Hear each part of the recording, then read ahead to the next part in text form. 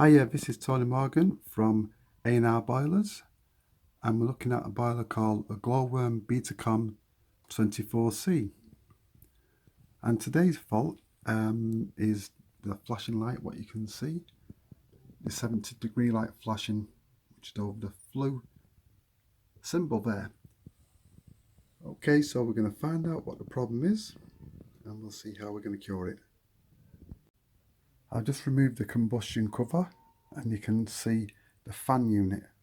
I'm going to check the air pressure switch to see if that's stuck. So what I've done now is I've took a tube off the fan and this is connected to the air pressure switch. I've just sucked on the air pressure switch through that tube. The air pressure switch is at the back there, and this 70-degree light is now gone off. So we're going to try it now and see if the boiler fires up. So we now got a response from the boiler, but it's still not operating. The fan isn't turning neither. So we're going to check to see if we've got voltage on the fan. So we're checking the voltage. You can see there's 240 volts on the fan. So it's looking like the fan is a problem. Power's there, but the fan is not turning.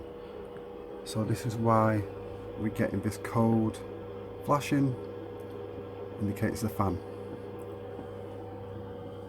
I've just put my multimeter there, you can see. So that's the end of this diagnostic, and you can see why we've got a fan fault. So if you enjoyed this video, just give us a comment, that'd be great, and we'll see you on the next video. Thank you for watching.